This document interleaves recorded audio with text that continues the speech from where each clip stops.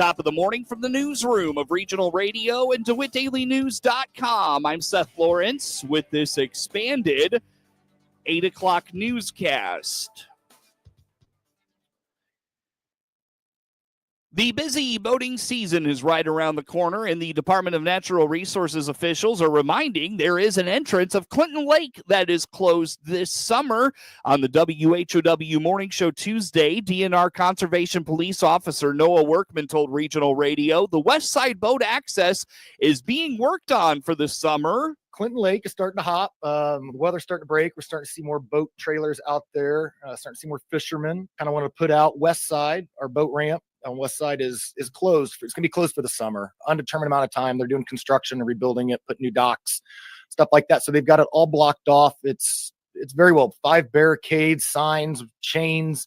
Everything indicates that area of the west side is closed. The pavilion's still open. There's a playground over there that's still accessible to the public, but the ramp itself will not be available for the duration of the summer, probably into mid-fall, could be early winter.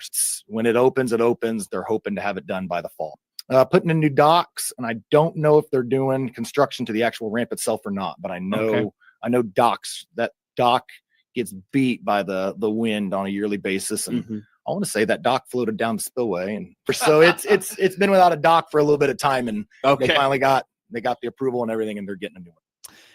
While work goes on at the access, crews will have the barricades removed to get the equipment on and off the site. Workman notes they've encountered issues with boaters using it despite it being closed. Look, there's one. I've only been out there once to go see it myself. Like I said, they've got barricades, and I think during the day, so that they can bring their equipment in and out easily, they're separating that barricade on the road and dropping the chain.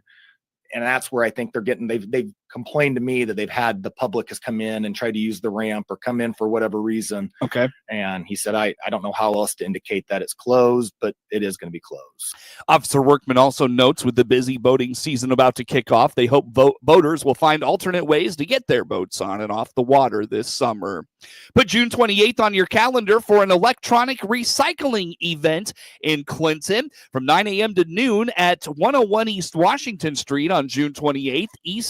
Everything from TVs to microwaves, exercise equipment, and large appliances will be accepted. There is a charge for some items. TVs and large appliances like washers and dryers are $20. Exercise equipment and microwaves are $5 each. Items also accepted include laptops, printers, monitors, UPS batteries, hard drives, cables and wires, gaming systems, cell phones, and much more. The event is hosted by Midwest Computer Recycling. Learn more by visiting EZ2recycle.com or call 847-582-1730. You do not have to be a resident of Clinton to take advantage of this opportunity. It is open to the public. As the warm weather approaches, more and more people will be taking time to hit the road. Joey Long is the director of the C.H. Moore Homestead and DeWitt County Museum, and hopes as you get out to take those summer trips, you'll stop by the Clinton Museum to pay a visit to the historical site. Absolutely. So I encourage people as they get out and are interested in exploring to, maybe start in your own backyard if you live here in town. And the museum is a great place to start that adventure and to start planning, especially if you are looking for Lincoln. So the new Looking for Lincoln official visitors guides were just printed, hot off the press, and I have a large supply of those to give away at the museum. And the museum did take out an ad in that publication this year. And then the graphic designer that did the guide, which is absolutely beautiful, it contains many photographs of Clinton and the museum. So Clinton and DeWitt County and the museum are very well represented in this guide. And it's just full of information of the different Lincoln sites that people can go and visit. Most of these sites being within the Abraham Lincoln National Heritage Area. Long indicates the Looking for Lincoln exhibits are a longstanding program in Central Illinois. Right. This is a huge project, and it's been going strong for a long time. I first became associated with it when I worked at the Clinton Area Chamber of Commerce and Tourism Bureau. Miriam Brizard and I were working there at the time, and we had an opportunity to really get in at the very beginning of the Looking for Lincoln coming together, kind of planning what this Looking for Lincoln was going to be and what it would do. The C.H. Moore Homestead is also part of the National Park Service Passport Program. It really is. It really is. It brings people from all over the country. They go on their road trips and visit, each Lincoln site that has the passport stamp. And it just amazes me, some of these people, all the stamps that they've collected. And the passport stamp isn't limited just to Lincoln type sites. It's also national parks and things like that. But, in our case, we are a stop because we are designated a stop on the Abraham Lincoln National Heritage Area. If anyone's thinking about hitting the road or even just looking for Lincoln in our own backyard, come and see me. I have the free guides and the flat Lincolns. The C.H. Moore Homestead has a plethora of events coming up this summer. Visit chmoorehomestead.org or follow them on Facebook for more.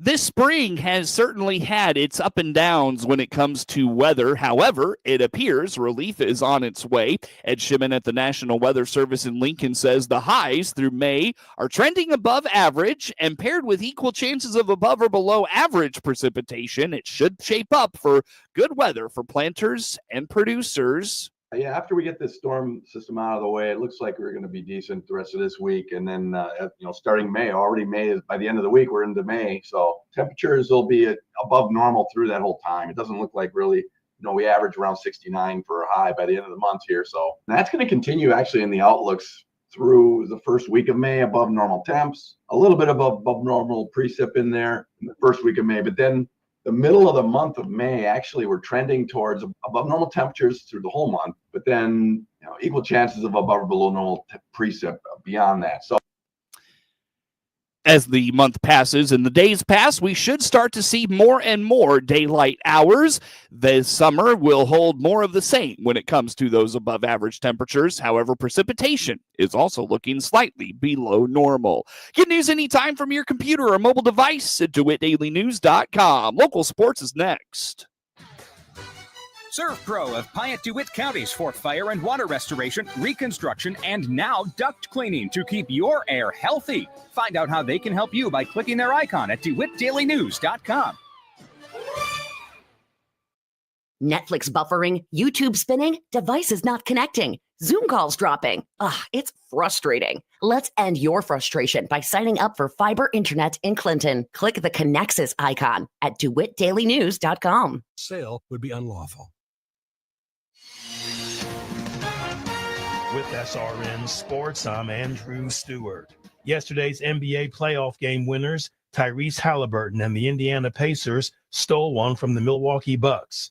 Indiana forced 2 turnovers in the final 29 seconds of overtime. Halliburton blew past Milwaukee's Giannis Antetokounmpo for the go-ahead layup with more than a second left.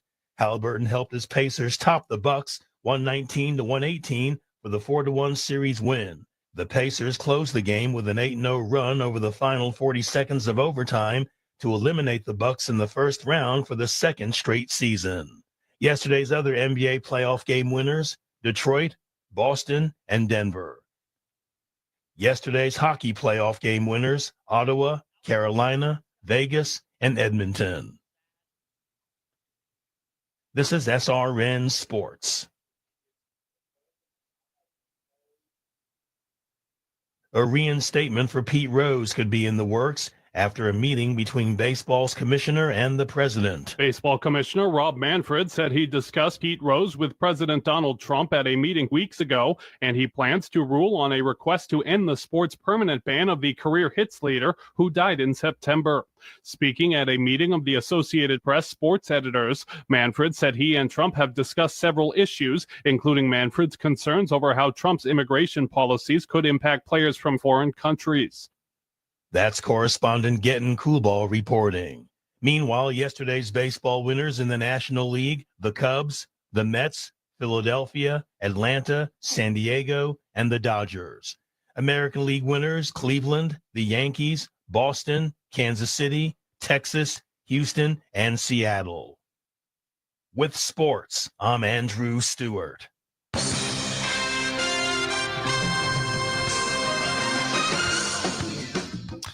Time now for a look at sports. I'm Seth Lawrence with this report. In a game heard here on WHOW and all its digital platforms, the Clinton Lady Maroons fell to Argenta-Oreana 15-0 in 4 2/3 innings of non-conference high school softball action in Clinton. Avery Smith led the Maroons, going 1 for 2, recording the only hit. Olivia Haynes spent all 4 innings in circle for Clinton. She allowed 15 runs on 16 hits and walked 2. The Bombers had a well-rounded offense with 7 of 9 batters recording a hit. Karma Giles went 4 for 4 with 4 RBIs and a run scored, while Piper Jones was 2 for 3 with an RBI. Elisa Armstrong dominated in circle for the Lady Bombers, allowing no runs on a hit. She struck out 7 and issued 0 walks. With the loss, Clinton falls to 5-11, while the Bombers improve to 11-9. Clinton hosts Tuscola Wednesday. Argenta-Oreana is off until tomorrow when they take on Arthur Lovington at Wood-Hammond. Tune in this afternoon for high school boys baseball right here on WHOW as Clinton takes on Tuscola in Central Illinois Conference play. Hear it all right here on WHOW and all our digital platforms. In a game heard on WEZC and online at DeWittDailyNews.com, Cassidy Stoffel twirled a perfect game over 4 innings, and Monticello rolled Urbana 15-0 in a 4-inning run rule win on Tuesday. In non-conference high school softball action from Monticello, Stoffel struck out 9, including the last 7 she faced, and set down all 12 batters to earn the Serve Pro of Piatt-DeWitt County's Player of the Game. She was also 3 for 3 with 4 RBIs at the plate. Sadie Walsh was 3 for 3 with a double, a triple, and 3 RBIs. Thea Key was 2 for 4 with a double and 4 RBIs, while Ashley Stiverson added a double, and Madison Highland legged out a triple in the contest. The Lady Sages are 17-5 overall. They will host Bloomington Central Catholic on Thursday. Hayden Romano singled home Zeke Young to send Monticello to a 5-4 walk-off win over Mount Zion in non-conference high school baseball action from Monticello on Tuesday afternoon. Eli Kraft singled to start the 7th and was replaced by Young at first base. Eric Arnold sacrificed Young to second after Colton Vance grounded out with Young staying at second base. The Braves intentionally walked Ike Young, and Romano singled in the younger Young to win the game for the Sages. With 1 out in the 6th, Ike Young tied the game on a bunt that scored Colton Vance to tie the game at 3. Young stole second, followed by a Cole Basak single. Then Dawson Gitros followed with a single, scoring Young to put the Sages in front 4-3. Gitros had 2 RBIs. Kraft, Ike Young, Brian Wilchin, Vance, and Basak each had a hit. Ike Young went 5 innings for Monticello, while Matthias Rudolph earned the win in relief. The Sages are 18-3 overall. They host Bloomington Central Catholic on Thursday. Hear the action on 95.9 FM, WEZC, and online at DeWittDailyNews.com. A wild pitch scored Liam Smith in the bottom of the 8th inning, and Mount Pulaski walked off Jacksonville Route Catholic 1-0 in an extra innings thriller Tuesday from Mount Pulaski in non-conference high school baseball action. After Chance Payne drew a walk and Luke Martin was hit by a pitch to load the bases with 1 out, the stage was set for the dramatic finish. With Carter Clark at the plate, a wild pitch allowed Smith to race home from third, scoring the game's only run and igniting the Mount Pulaski dugout in a thrilling walk-off victory. Luke Martin went 6 innings of shutout ball, allowing 5 hits and striking out 7. Smith delivered 2 scoreless innings for the win. The Hilltoppers go to 15-3 overall. They will host Leroy on Thursday. Mitch Williams and Ace Giles drove in 2 runs apiece to lead Maroa-Forsyth past Olympia 11-1 in a run rule win in Sangamo Conference High School baseball action from Forsyth on Tuesday. Williams singled in a run in the third to get the Trojans on the board, and 2 batters later, Gunnar Larner hit a sac fly to right that brought Williams home in a 3-run frame.